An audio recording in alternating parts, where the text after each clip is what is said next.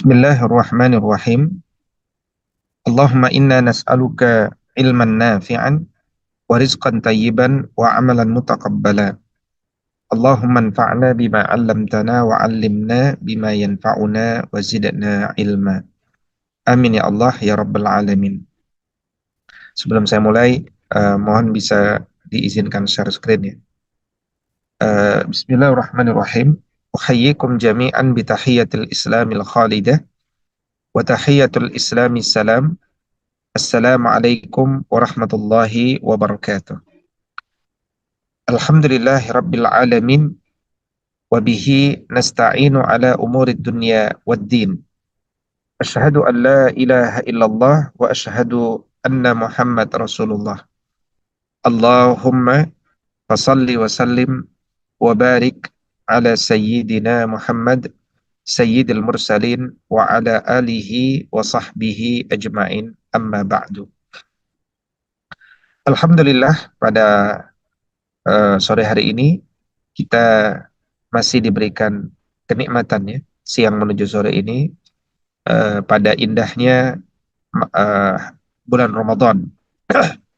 Bulan Ramadan adalah syahrul maghfirah, bulan pengampunan. Bulan Ramadan adalah syahrul jihad, dia adalah bulan perjuangan.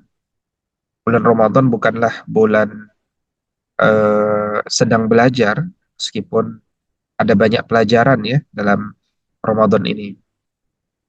Karena bulan Ramadan ini adalah bulan jihad, bulan bersungguh-sungguh, bulan di mana kita seluruhnya ingin mendapatkan satu keutamaan yang besar. Karena itu dia tentu harus diawali dengan ilmu. Maka sebelum Ramadan, ahsan kita itu mengkaji tentang hal-hal yang terkait dengan fikih. Tapi juga bisa menekannya kembali di tengah-tengah Ramadan ini, apalagi kita menjelang masuk ke 10 hari terakhir Ramadan, kita bisa semakin perkuat kesiapan kita, karena di bulan Ramadan ini yang paling utama atau keutamaan yang puncak itu ada pada 10 malam terakhir. Tadi disebutkan bahwa Nabi SAW idza dakhala al-ashr al-awakhir min Ramadan, kalau beliau sudah masuk 10 hari terakhir di bulan Ramadan, beliau akan mengencangkan ikat pinggangnya, membangunkan keluarganya, dan kemudian beliau akan melaksanakan satu program i'tikaf, menunjukkan bahwa ada orientasi berikutnya dari bulan Ramadan ini yang ingin disempurnakan. Seseorang itu akan beribadah dengan tenang manakala dia telah memahami secara holistik, secara umum tentang apa yang akan diamalkan. Karena itu disebut fikih itu adalah buah dari kefahaman yang mendalam. Sosok yang memahami fikih itu disebut faqih. Ya. Dan saya kira persoalan-persoalan terkait dengan Ramadan secara umum ini sudah selesai dibahas oleh para ulama salaf maupun khalaf. Ya, kecuali mungkin sedikit-sedikit saja dari masalah yang sifatnya kontemporer hari ini. Maka beribadah itu jangan dengan keraguan. Sebutkan bahwa Rasulullah SAW pernah bersabda, "Da' ma yaribuka ila ma la yaribuka." Ya, tinggalkan apa yang meragukanmu kepada apa yang tidak meragukanmu.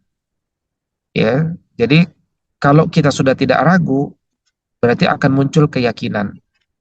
Maka wa'bud rabbaka hatta ya'tiyakal yaqin. Sembahlah Allah sampai datang al-yaqin, yakni al-maut. Jadi satu amalan yang memang dibangun di atas keyakinan bahwa amalan ini insya Allah akan memperberat timbangan kebaikan kita di yaumul hisab. Dan tentu saja ketika kita beramal dengan tanpa keraguan, itu menunjukkan bahwa kita telah melakukan proses pengkajian. Dan bagi kita generasi hari ini, tentu secara umum kita tidak perlu mengkaji hukum karena kita ini secara umum kata para ulama hanyalah sekedar muqallid. Muqallid itu adalah orang-orang yang taklid. Taklid dengan produk-produk yang sudah dikaji secara komprehensif oleh para ulama salaf dan khalaf. Dan manhaj ya dalam mengkaji persoalan-persoalan fikih itu adalah wasatiyatul Islam.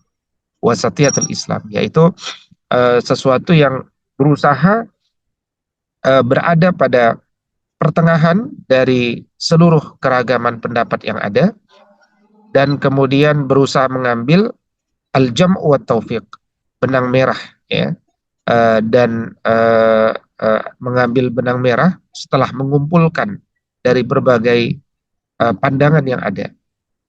Maka seseorang itu akan lebih mudah beragama hari ini kalau dia mengikuti kedisiplinan berpikir dan beragamanya sebuah mazhab, ya, sebuah mazhab.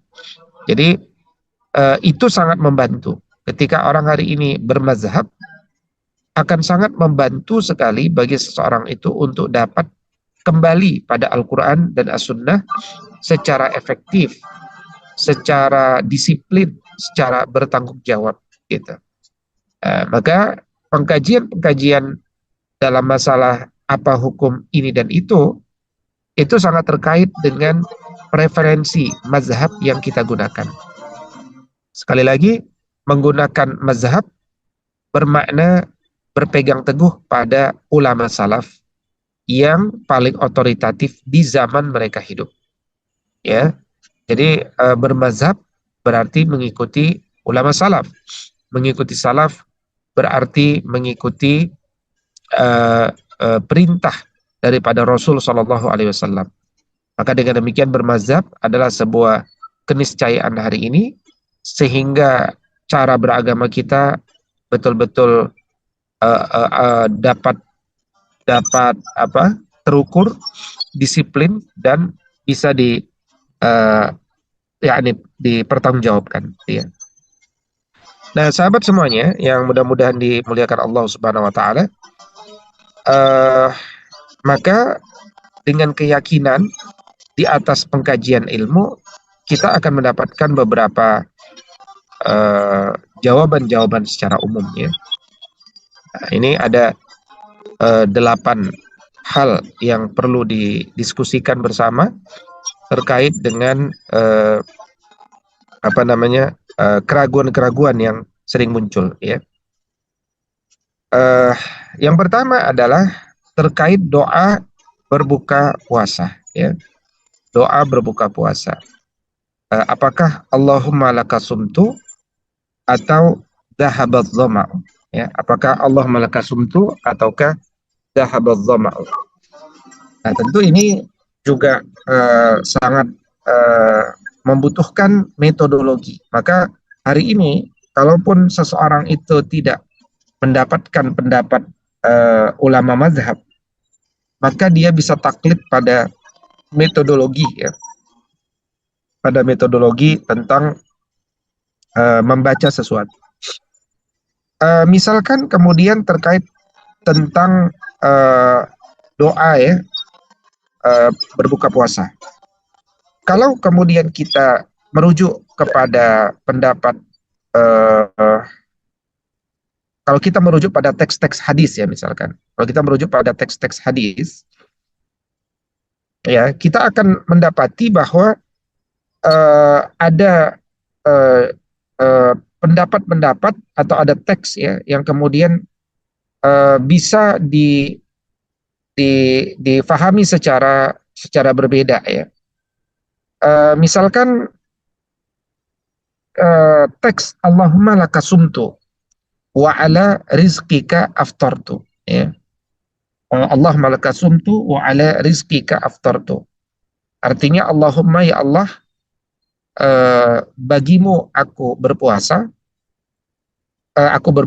bagimu aku berpuasa, na'am, wa ala rizqika aftartu, dengan rizkimu aku berbuka. Ya, ini kan satu riwayat yang merujuk pada sahabat Nabi yang bernama Mu'az bin Zuhrah. Mu'az bin Zuhrah. Sementara ada lagi riwayat yang lain yang berbunyi dari Abdullah ibn Umar radhiyallahu taala anhu, "Dhahabadz zama'u wa batallatil uruqu wa sabatal ajru insyaallahu taala." Ya, telah hilang laparku, telah basah tenggorokanku, dan telah ditetapkan bagiku pahala. Maka yang pertama adalah cara pandang kita dalam masalah membaca doa. Doa secara umum terbuka lebar, ya doa, ya doa itu terbuka lebar. Selama dia tidak masuk pada kaifiat ritual, ya misalkan sholat atau ihram, ya ketika umroh, atau dalam bab haji misalkan, rangkaian haji, itu sifatnya tauqifiyah, tidak bisa berubah. Tetapi pasca sholat atau sebelum sholat atau pada waktu yang umum, maka doa itu sifatnya umum, ya sifatnya umum, dan berdoa kapan saja dan di mana saja. Nah, maka doa-doa yang ada di dalam agama ini bersumber pada Al-Quran dan As-Sunnah. Nah, doa yang bersumber pada As-Sunnah, dia ada doa yang sumbernya hadis yang sahih, ada yang bersumber pada hadis yang hasan, atau juga ada yang bersumber pada hadis yang dhaif. Nah, pertanyaannya, kalau doa itu bersumber dari hadis yang dhaif, apakah kemudian kita tidak menggunakannya? Nah, itu dulu pertanyaannya. Karena ini hanya studi kasus saja. Artinya kalau kita ada yang mengatakan jangan gunakan doa itu karena doa itu tidak sahih. Nah, tidak sahih itu apakah kemudian doa itu tidak dibaca atau tidak digunakan, gitu kan? Kita sepakat bahwa doa yang hadis yang palsu, ya namanya palsu atau maudhu, maka pasti dia bukan hadis, palsu. Tetapi kalau dia lemah, maka tetap ada potensi dia adalah hadis. Nah, cara pandang itulah yang kita bisa baca dari para ulama ketika menulis kitab-kitabnya. Ya, misalkan di antara ahli hadis ada Imam Al-Bukhari sendiri. Ya, Imam Al-Bukhari periwayat hadis. Beliau itu hafal 600.000 hadis. Tetapi dalam kitab sahihnya beliau hanya menuliskan 5.473 hadis kurang lebih. Nah, kira-kira selebihnya hadis itu diapain? Nah, ternyata beliau tidak serta-merta membuang, bahkan beliau menghafal, ya, beliau menghafal hadisnya. Nah, kita bisa melihat nanti Imam Al-Bukhari punya karya-karya yang ternyata mengandung hadis-hadis lemah, dhaif. Misalkan kitab Adabul Mufrad, adab manusia, ya Adabul Mufrad, ya adab seorang manusia. Ternyata dalam kitab itu Nabi SAW mengangkat hadis-hadis dhaif. Bukan Nabi, Imam Al-Bukhari mengangkat hadis-hadis dhaif. Apakah kemudian Imam Al-Bukhari tidak tahu bahwa itu hadis dhaif? Jawabannya pasti tahu, karena Imam Al-Bukhari punya kitab sahih. Tapi beliau tetap menyusun kitab yang mengandung hadis-hadis dhaif. Kenapa? Jelas jawabannya karena Imam Al-Bukhari tidak membuang hadis dhaif. Ya, tidak membuang hadis dhaif, tapi tetap digunakan. Di antaranya dalam bab doa, di dalam bab fadhail amal, di dalam doa masalah semangat motivasi dalam beribadah, gitu. Ya. Yang kedua, Imam An-Nawawi. Imam An-Nawawi itu ahli hadis. Bahkan beliau yang mensyarahkan Sahih Muslim. Ya, Sahih Muslim itu yang mensyarah hadis tersebut. Artinya mensyarah itu dia yang menghukumi hadis ini sahih, hadis ini punya cacat, hadis ini gharib, macam-macam. Itu Imam An-Nawawi punya kompetensi itu. Kayak beliau punya kitab syarah, ya, namanya Al-Minhaj. Tetapi beliau juga memiliki kitab isinya doa-doa, zikir-zikir, namanya kitab Al-Azkar. Dan sebagian hadis-hadis yang diangkat oleh Imam An-Nawawi itu adalah hadis-hadis dhaif, hadis-hadis lemah. Kenapa Imam An-Nawawi tidak membuangnya? Padahal dia tahu itu hadis lemah. Bahkan beliau juga tidak memberikan tanda ini hadis sahih, ini hadis lemah. Sekali lagi karena dalam bab doa itu luas. Ya, dalam bab doa itu luas. Dia tidak masuk pada sebuah ritual. Ya, uh, itu prinsip. Kenapa saya agak jelaskan secara panjang? Karena itu prinsip. Ya, karena itulah ketika kita membaca persoalan ketika berbuka itu kita ngapain gitu. Sebagian orang mengatakan, oh saya tidak mau pakai hadis Allah malaka sumtu karena hadis ini lemah katakan, gitu ya. Saya mau pakai zahabaz zama'u saja gitu. Nah pertanyaannya tadi satu, Anda seharusnya tidak membuang hadis lemah, justru baca hadis itu. Nah yang kedua, jangan lupa ketika berbuka, mulai dari waktu asar sampai berbuka dan semakin menjelang waktu berbuka, itu adalah waktu yang sangat terbaik untuk berdoa. Sangat terbaik untuk berdoa. Dan berdoa itu apa saja? Ya Allah, saya minta rezeki. Ya Allah, saya minta kesehatan. Ya Allah, saya minta kebaikan. Ya Allah, terimalah amal kami. Macam-macam. Boleh nggak? Boleh. Bahkan itu yang terbaik daripada ngabuburit doa banyak. Ya, boleh bahasa Arab, boleh bahasa Indonesia. Ya, ketika di luar sholat. Kalau di dalam sholat, bahasa Arab. Di dalam sholat, di luar sholat, bahasa Arab, bisa bahasa Indonesia. Doa. Maka ketika terdengar azan, sangat dianjurkan juga untuk kita berdoa. Ya, dengan doa yang umum. Ya Allah, terimalah amal kami. Ya, Rabbana taqabbal minna. Ya Allah, jadikanlah puasa ini sebagai pemberat timbangan kebaikan kami. Boleh dalam bahasa Indonesia. Tapi jangan terlalu panjang. Karena disunnahkan yang terbaik dalam membaca, dalam berbuka itu adalah ta'jil al-fitr. Yaitu menyegerakan berbuka.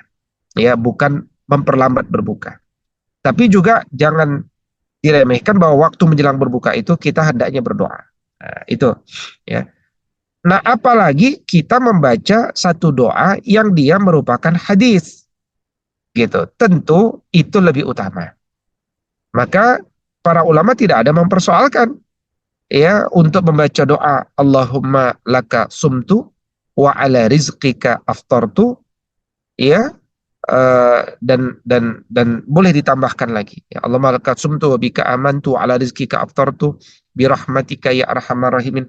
Penambahan-penambahan itu teks-teks bahasa Arab yang sifatnya memang umum, gitu. Nah, setelah itu dia ingin minum, dia baca bismillah. Bismillahirrahmanirrahim. Selesai minum dia ucapkan alhamdulillahirabbil alamin. Dan Nabi minum lagi, Nabi biasa minum 3 teguk kan. Minum lagi baca bismillahirrahmanirrahim. Selesai minum tegukan yang kedua Nabi ucapkan alhamdulillahirabbil alamin. Kemudian Nabi minum kembali baca bismillahirrahmanirrahim. Kemudian Nabi menyelesaikan lagi alhamdulillahirabbil alamin, gitu. Nah, sudah basah tenggorokan, sudah tenang, kemudian kita membaca dhahabal dhama'u wa batallatil uruqu wa thabatal ajru insyaallah. Ya, dulu ada orang bilang, Ustaz tuh bacanya sebelum minum. Ya, ini hadis yang sahih. Bacalah sebelum minum.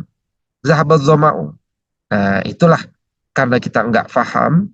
Pertama, enggak paham nasihat Nabi, enggak paham nasihat ulama, enggak paham makna dan pengertian daripada doa, ya. Jelas kalau pengertian doa saja. Ya, wabtallatil uruqu. Artinya itu adalah sudah basah tenggorokan, sudah basah. Jadi kalau belum basah, kita baca doa, ya Allah sudah basah tenggorokanku. Nah, ini yang kemudian apa namanya menjadi kebingungan, ya. Jadi kebingungan. Nah, karena itu uh, di dalam kitab Fathul Mu'in yang ditulis oleh Al-Imam Zainuddin Al-Malibari, ini adalah kitab otoritatif, rujukan ya. Kalau kita bermazhab Syafi'i, yang kitab pertengahan, kitab mediumnya itu adalah kitab Fathul Mu'in. Beliau menuliskan wa yusannu an yaqula aqibal fitr. Disunnahkan membaca doa setelah selesai berbuka. Allahumma laka sumtu ala rizkika aftartu wa yazidu man aftara bil ma.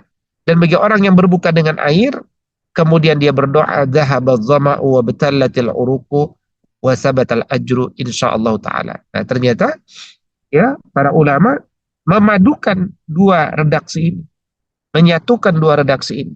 Ya, meskipun nanti ada yang membaca Allah malaka sumtu itu sebelum berbuka, ada yang membaca sesudah berbuka. Tetapi ternyata dua-duanya dibaca. Ya, artinya tidak apa namanya? Tidak dibuang salah satunya. Dan bahkan orang bisa menambah doa-doa yang lain. Karena ini adalah waktu yang mulia untuk berdoa kita. Ya. Nah, mengikuti ulama ya yang telah mengkaji masalah hadis seperti ini, itu adalah bagian dari ketaatan kita kepada Rasulullah SAW. Karena beliau pernah bersabda, al ulama warasatul anbiya, wal anbiya'u lam yuwarrisu dinaran wala dirham, walakin yuwarrisul ilm. Faman akhadha bihi faqad akhadha bihazzin wafir. Ulama itu pewaris nabi. Para nabi itu wafat tidak meninggalkan dinar dan dirham, tapi mereka meninggalkan ilmu. Maka barang siapa yang mengambil ilmu yang merupakan warisan dari nabi berupa Al-Quran dan As-Sunnah itu melalui lisan para ulama, maka dia telah mengambil bagian yang besar dari agama ini. Nah, maka ketika kita mengikuti Imam Zainuddin Al-Malibari, beliau adalah ulama yang bersanad sampai kepada Imam Syafi'i, maka kita telah mengikuti bimbingan Nabi SAW, dan dengan demikian ya berdoa sebelum berbuka dengan berdoa sesudah berbuka dengan teks itu akhirnya menjadi kemudahan bagi kita. Kita bisa memberikan ketenangan dan bisa mengamalkannya dengan penuh kebahagiaan. Nah, itu yang pertama ya kita ingin sampaikan. Ya, atau kemudian ditambahkan juga dalam kitab Hasyiyah Iqna ya, Syekh Sulaiman Bujairimi. Nah, beliau juga adalah ulama otoritatif menerangkan dalam mazhab Syafi'i. Beliau menambahkan dengan teks yang lain. Allahumma laka sumtu ala rizqika aftartu wa bika amantu wa bika alaika tawakkaltu. Tahabaz zama wa batallatil uruq wa sabatal ajru insyaallah. Ya wasi'al fadli ighfir lil hamdulillahilladzi hadani fasumtu wa razaqani fa aftartu. Ya. Nah, bayangkan, ini teksnya lebih panjang lagi dan memadukan dua teks tadi.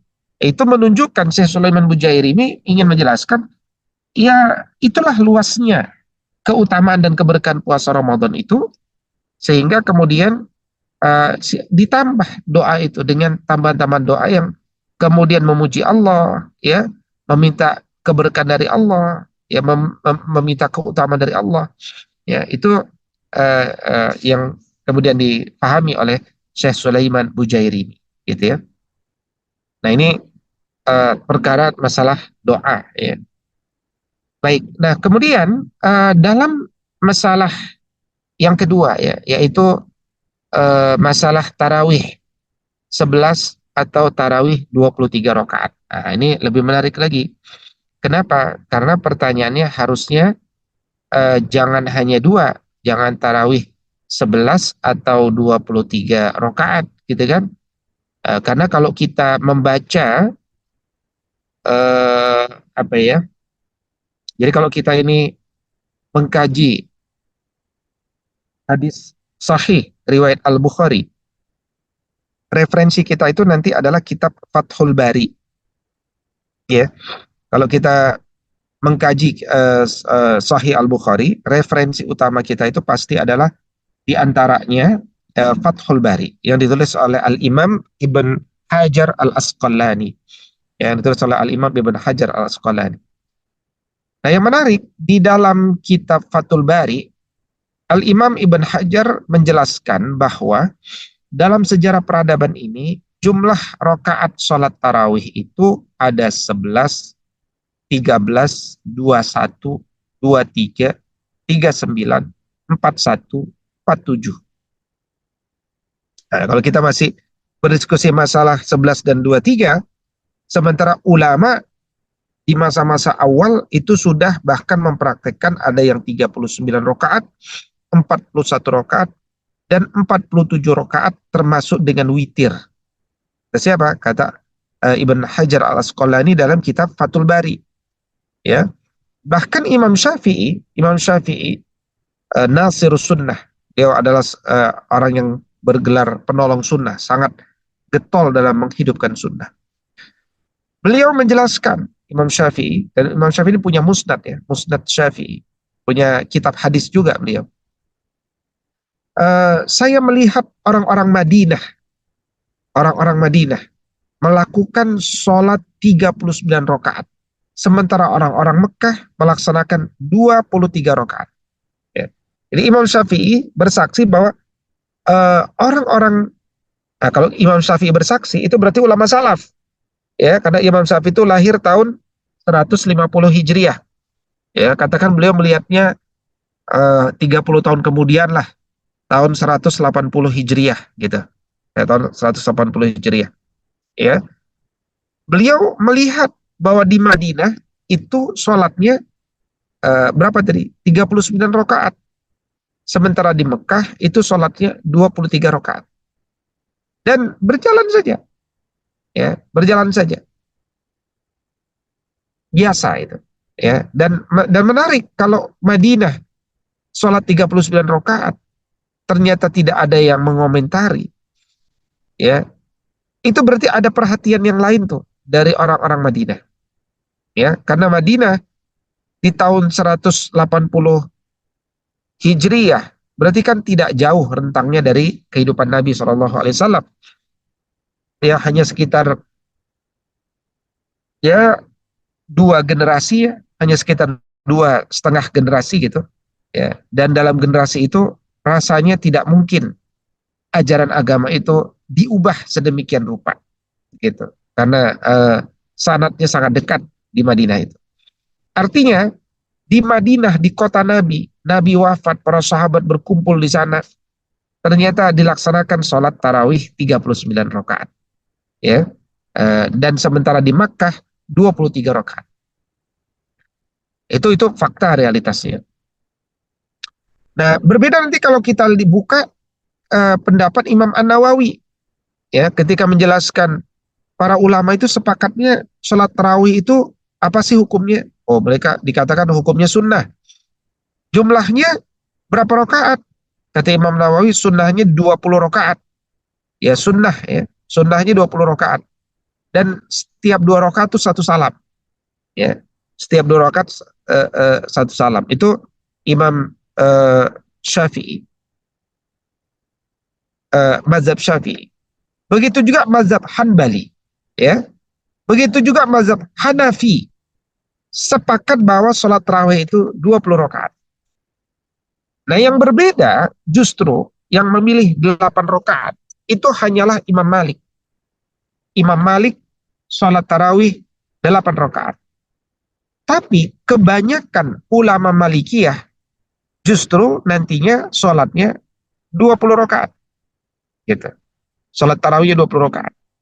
Nah, ini yang kemudian akhirnya menjadi pendapat umum. Ya, pendapat umum. Ya, misalkan kalau kita buka Mausu'ah Fiqhiyah, ini kompilasi fikih yang banyak dirujuk hari ini. Karena cara menjawab pertanyaan itu beliau kitab itu menjawab dengan sangat-sangat komprehensif gitu ya. Jadi dijelaskan dalam kitab itu bahwa menurut jumhur, ya, yang disebut jumhur itu adalah mayoritas Hanafi, Syafi'iyah, Hanbali, dan sebagian Maliki tadi saya sebutkan, itu ternyata ditemukan fakta sholat tarawihnya 20 rakaat. Dan hadis yang dijadikan dasar adalah hadis yang diriwayatkan oleh Malik bin Yazid, ya, juga hadis dalam riwayat Imam Al-Baihaqi, ya, tentang berapa jumlah rakaat sholat di masa Sayyidina Umar. Ya, yang dijadikan referensi ternyata adalah sholat tarawih yang dilakukan di masa Sayyidina Umar. Ya, masa Sayyidina Umar. Kita tidak boleh lupa bahwa Rasulullah SAW dulu pernah bersabda, ikutilah ikutilah syariatku dan syariat Abu Bakar dan Umar, gitu. Jadi Sayyidina Umar itu melakukan bid'ah pertama yang beliau katakan ni'matu bid'atu hadhihi. Ini adalah sebaik-baik bid'ah yang pernah aku lakukan. Yaitu apa? Menjadikan sholat tarawih berjamaah dalam satu imam di masjid. Nah, itu belum pernah dilakukan di masa Nabi. Baru di masa Sayyidina Umar lah para orang-orang yang tadinya sholat terpisah-pisah disuruh berkumpul dalam satu barisan, dalam satu imam, dan imam pertama yang beliau tunjuk namanya seorang sahabat yang mulia, Ubay bin Ka'ab radhiyallahu taala anhu. Nah, besok-besok beliau melihat ternyata sudah biasa sahabat itu sholatnya 20 rakaat, 2 salam, 2 rakaat 1 salam, ya, 20 rakaat dengan 2 rakaat 1 salam. Artinya sudah kebentuk pola. Maka ini belum pernah terjadi di masa Nabi. Maka beliau mengatakan nikmatu bid'atu hadhihi, gitu. Ya. Dan kemudian dikaji oleh para ulama. Ya, misalkan Imam Ad-Dasuki. Nah, ini ulama besar di masa dahulu. Beliau bilang itulah yang dilakukan para sahabat dan tabi'in. Jadi para sahabat dan tabi'in itu juga melakukannya 20 rakaat. Ya. Ada lagi ulama besar namanya Imam Ibn Abidin, ya. Beliau bilang itulah yang dilakukan oleh orang-orang dari timur sampai barat. Salatnya 20 rakaat. Ya. Bahkan Syekh Ali As-Sanhuri, ini ulama besar juga di masa lalu, menjelaskan itulah yang dilakukan orang sejak dulu sampai di masa kami dan insya Allah di masa yang akan datang, kata beliau. Dan ulama-ulama mazhab Hanbali, ya, mereka yang mengaku mazhab Hanbali, itu para ulama mazhab menjelaskan bahwa sholat 20 rakaat itu sudah jadi keyakinan yang masyhur di kalangan para sahabat. Dan ini merupakan ijma. Dan dalil-dalil nas yang menjelaskannya sangat banyak. Ya, sangat banyak. Maka kemudian ini harusnya mengambil satu pelajaran bagi kita, ya, tentang hal tersebut, ya. Misalkan Imam Malik, ya, dalam Al-Muwatta pernah meriwayatkan, meskipun Imam Malik diketahui beliau memilih sholat 8 rakaat, tapi beliau juga meriwayatkan hadis dari Yazid ibn Ruman, ya, yang waktu itu pernah berkata bahwa kanan nas yakumuna fi zamani Umar radhiyallahu taala anhu fi Ramadan bi 23 rakaatan. Ya, jadi manusia sudah melaksanakan sholat tarawih sejak di masa Sayyidina Umar radhiyallahu taala anhu di bulan Ramadan itu 23 rakaat. 20 rakaat tarawih, 3 rakaat witir. Ya. Bahkan dalam riwayat Al-Baihaqi yang sanadnya sahih menurut Imam An-Nawawi, ya, dari riwayat ini dari Sa'ib As-Sa'ib ibn Yazid, ya, kanu yakumuna ala ahdi Umar ibn Al-Khattab radhiyallahu taala anhu fi syahri Ramadan bi 20 rakaatan, ya. Jadi disebutkan bahwa para sahabat Nabi sudah melaksanakan tarawih di masa Umar itu semuanya 20 rakaat. Makanya kemudian kalau kita bertanya apakah kita harus ikut Umar apa ikut Nabi, gitu kan? Masalahnya Nabi, bukan masalahnya, Alhamdulillah Nabi itu juga sudah pernah bersabda, anna Rasulullah qala, inna Allah ja'ala al-haqqa ala lisani Umar wa qalbi. Allah telah jadikan kebenaran melalui lisan dan hatinya Umar. Itu menunjukkan bagaimana posisi Umar itu di dalam pandangan Nabi Shallallahu Alaihi Wasallam. Gitu ya. Uh, maka dengan demikian, kalau kita hari ini datang ingin memaksakan sholat 8 rakaat, sementara jumhur 20 rakaat, nah itu sebenarnya kita membuat pendapat yang minoritas. Kalau ditanya bolehnya, boleh. Tetapi begini, ada hal yang selalu ingin saya sampaikan bahwa itu apa yang kita lakukan ini kan sebenarnya bagian dari menghidupkan sunnah. Nah, sunnah Nabi SAW itu mencakup perkataan, perbuatan, ketetapan, ya, itu artinya terkait dengan perbuatan beliau, intinya semuanya, terkait dengan kuantitasnya, ya, kalau sholat berapa rakaat, kalau zikir berapa rakaat, dan seterusnya itu terkait kuantitas. Tapi bukankah sunnah itu juga terkait kualitas, kita, terkait kualitas. Makanya kalau kita bicara sholat tarawih, kenapa disebut sholat tarawih? Kata tarawih itu kan nggak ada dalam Al-Quran dan As-Sunnah. Ya, nggak ada dalam Al-Quran dan As-Sunnah kata tarawih. Eh, terus kenapa ulama menyebutkan sholat tarawih? Karena memang selain kuantitasnya, kemudian umat ini juga bicara kualitasnya. Ya, kualitasnya. Ya, apa yang disebut sholat tarawih yang berkualitas? Yang bacaan Qur'annya, Masya Allah, panjang, bagus, gitu ya. Kalau kita lihat Nabi SAW itu kalau sholat, ya, pernah disebutkan bahwa beliau itu sholat di rakaat pertama, Qiyamul Lail, beliau membaca Al-Baqarah. Setelah itu membaca An-Nisa. Kemudian setelah itu membaca Ali Imran. Ya. Jadi pernah Nabi SAW baru rakaat pertama membaca itu. Itu namanya kualitas, itu sunnah juga. Ya, sunnah juga. Nah, maka kenapa akhirnya dipecah menjadi beberapa rakaat tadi? Ya, bahkan ada yang 39, ada yang berapa? 43, ada yang 39, 41, 47 rakaat. Sangat boleh jadi karena 8 rakaat yang kualitasnya begitu luar biasa, itu kemudian dipecah-pecah dalam jumlah rakaat yang banyak, yang intinya target kualitasnya tetap dapat, tetapi umat tidak terlalu panjang sholatnya. Supaya tidak terlalu panjang, maka jumlah rakaatnya yang diperbanyak gitu. Nah, berbeda dengan orang hari ini pengennya 8 rakaat, tapi pengen selesainya cepat gitu. Nah, pengen selesai cepat itu nggak ikut sunnah Nabi, itu harus digarisbawahi. Ya. Nah, orang itu hanya ingin ikut sunnah dengan jumlah rakaatnya, tapi tidak pengen ikut sunnah dalam kualitinya. Apakah kita adil? Tentu tidak. Tidak ada hadis ini yang mengatakan ikutlah sunnah itu hanya pada kuantitinya saja. Kualitinya nggak usah. Ya, nah, prosesnya tidak usah. Misalkan Nabi menikah punya punya lebih dari 4 istri, ya, maka ikuti sunnah Nabi.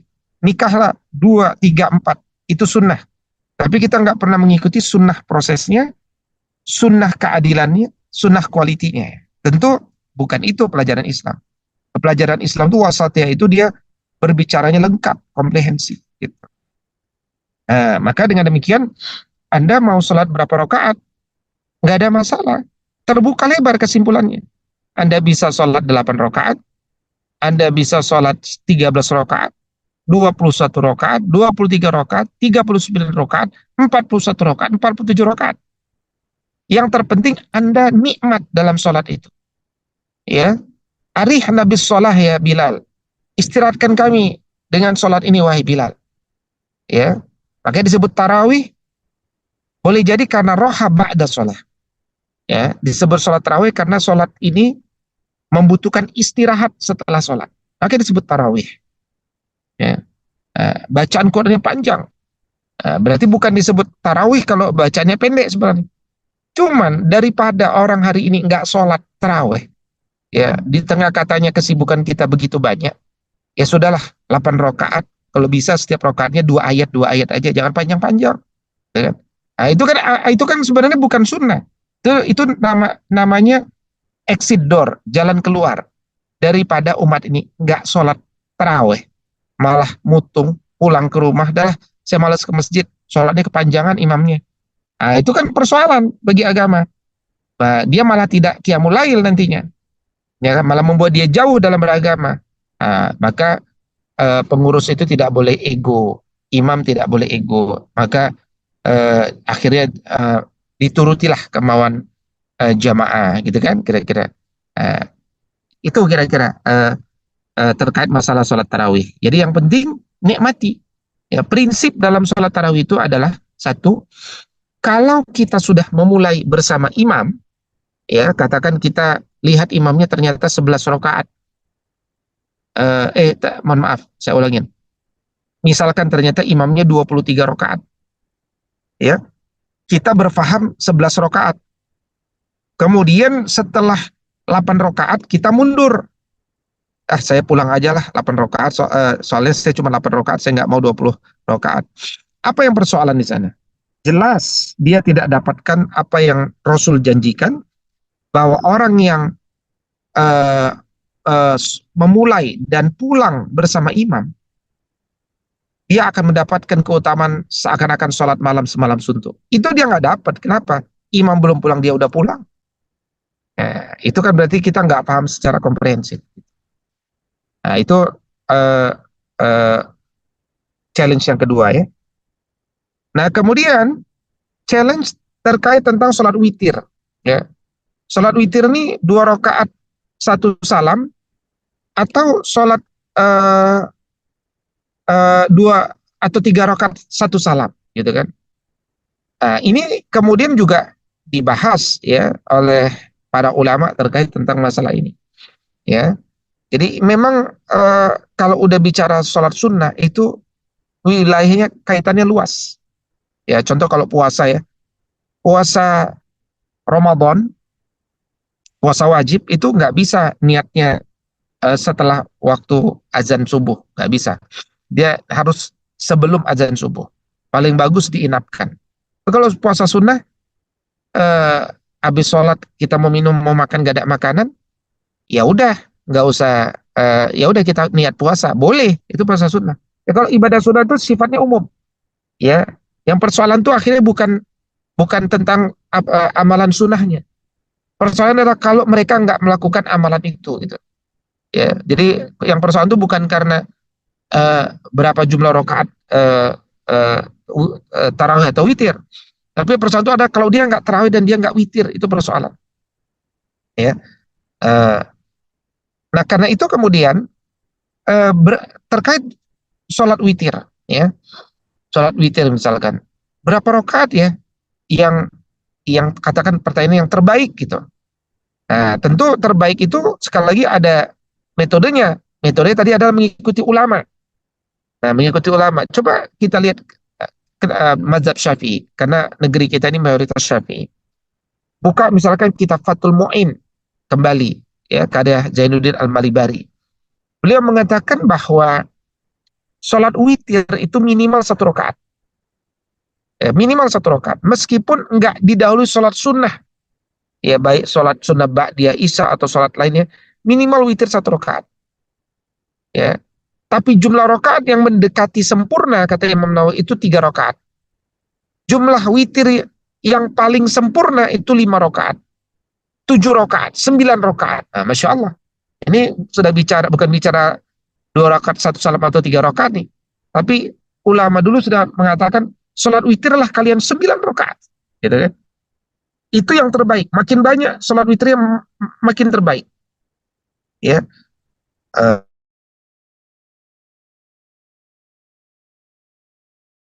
Kembali kita rujuk juga Syekh Sulaiman Al-Bujairami di dalam Hasyiyah Al-Bujairami Al-Manhaj.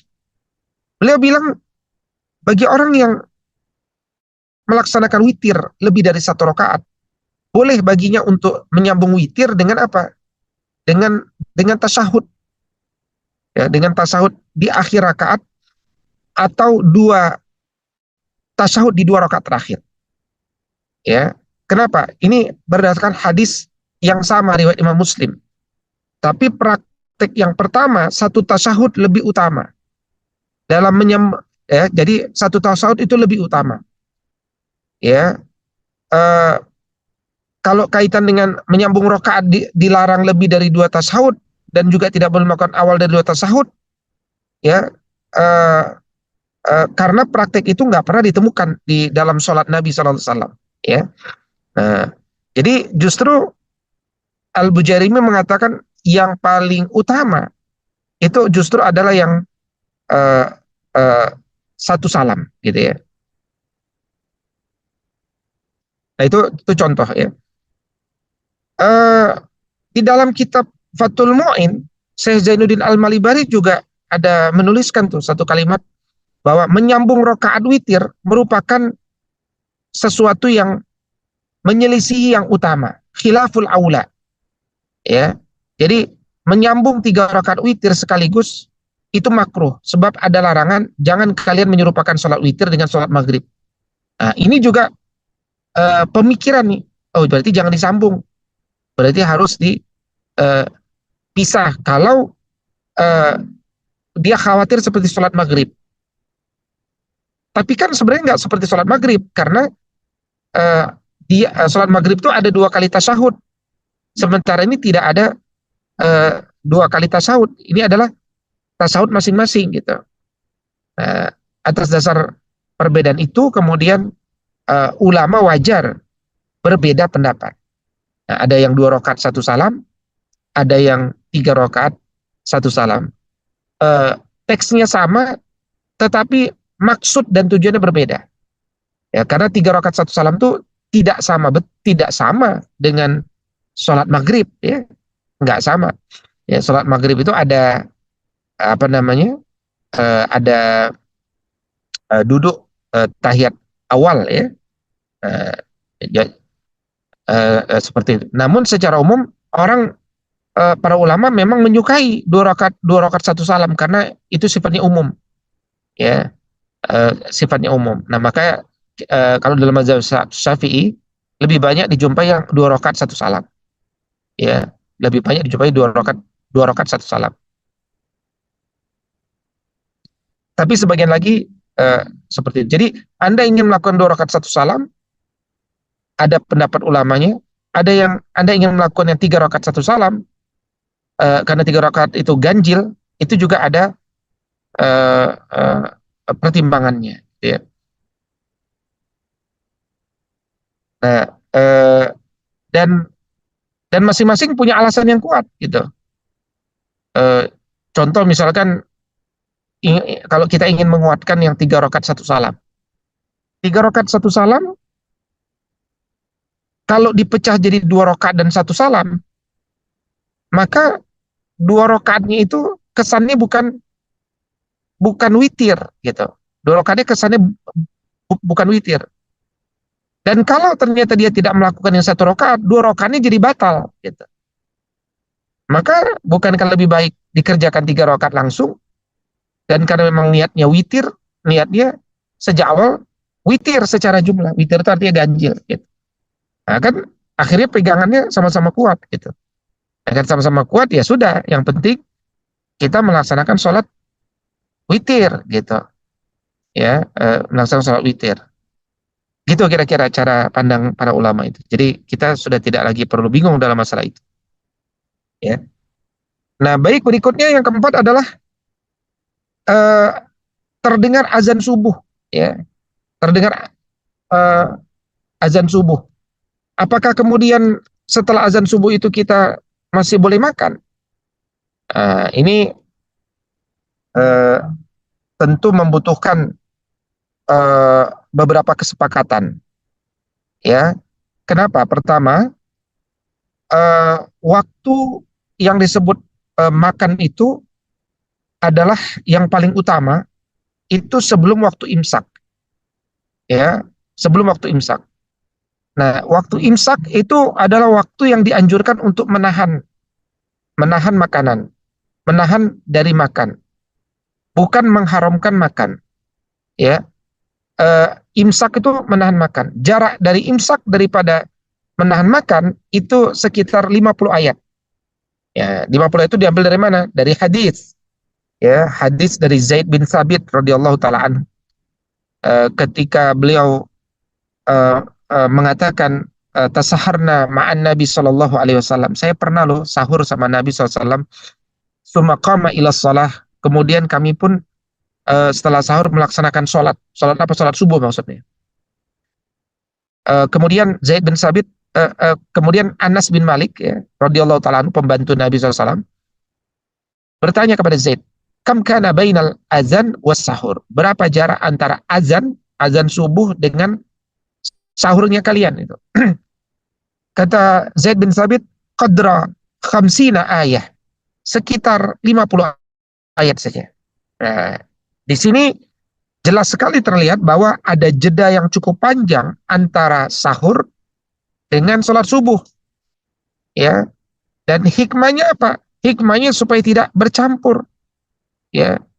Nah, karena itulah kemudian disebutkan uh, uh, bahwa supaya tidak bercampur itu kalian harus menghormati waktu imsak, dan itu membuat puasa Anda sempurna, ya. Puasa Anda sempurna. Nah, dulu azan di masa Nabi pun ada dua, ada azan Bilal, ada azan Abdullah ibn Umi Maktum, ya. Nah, azannya Bilal itu azan yang membangunkan sebenarnya. Kalau azan yang 50 ayat tadi itu azannya Abdullah ibn Umi Maktum. Ini dijelaskan di dalam riwayat Al-Bukhari, ya, di mana disebutkan bahwa Nabi SAW bersabda, la yamna'anna ahadakum au ahada minkum adzanu Bilal min sahuri. Ya, jangan sampai azan yang diperdengarkan oleh Bilal itu mencegah kalian dari sahur. Fa innahu yu'adzinu au yunadi Bilal liyarji'a qa'imakum wa liyunabbiha naimakum. Karena Bilal itu azan sekedar untuk memberitahu orang yang qiyamul lail supaya dia istirahat. Dan dia juga azan untuk membangunkan orang yang masih tidur.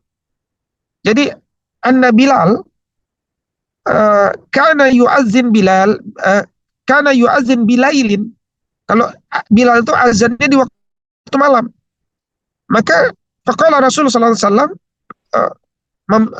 diberikan arahan oleh Nabi, kulu washrabu hatta yu'adzina ibn Umi Maktum.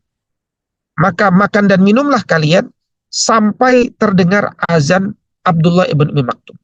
Fa innahu la yu'adzinu hatta yatlu. Ya, karena Abdullah ibn Maktum itu dia tidak azan kecuali waktu fajar sudah muncul gitu. Maka bagaimana memahami hadis ini? Kita taklid pada metode tadi. Karena ini hadis Al-Bukhari, Anda silakan baca syarah daripada Sahih Al-Bukhari. Misalkan kitab Fathul Bari, ya, kitab Fathul Bari. Disebutkan oleh Ibn Hajar, wa aqrabu ma yukhalu fihi, pengertian yang paling bisa difahami dari hadis yang tadi kita sebutkan itu adalah inna adzanahu ju'ila alamata litahrim al-akli wasyurbi, ya. Jadi azannya Abdullah ibn Umi Maktum itu akhirnya dijadikan tanda haramnya makan dan minum, ya. Wa ka'annahu kana lahu man yura'i al-waqta bi haitsu yakunu adzanuhu muqarinan libtida'i tulu'il fajar. Ya, seakan-akan Abdullah ibn Maktum itu memiliki orang yang bertugas memeriksa waktu sholat agar azannya betul-betul bersama dengan terbitnya fajar. Kenapa? Karena Abdullah ibn Maktum kan matanya nggak kelihatan. Nah, maka dia butuh bantu. Nah, ini menjelaskan bahwa ketika terdengar azan, maka haram makan itu, ya. Kecuali apa yang sudah ada di dalam mulut kita, maka dia hendaknya diselesaikan, gitu ya. Nah, itu terkait tentang pengertian azan ini ya, terkait azan ya. Baik, eh, saya kira itu dulu mungkin beberapa pengantar terkait metodologi cara menjawab pertanyaan-pertanyaan supaya sahabat semuanya bisa semakin kokoh ya dalam beribadah dengan pandangan-pandangan para ulama yang justru memudahkan dengan fleksibilitasnya eh, kepada kita semuanya. Kira-kira demikian. Wallahu taala alam. Saya kembalikan kepada MC. Nanti kalau ada yang perlu diperdalam dipersilakan. Assalamualaikum warahmatullahi wabarakatuh.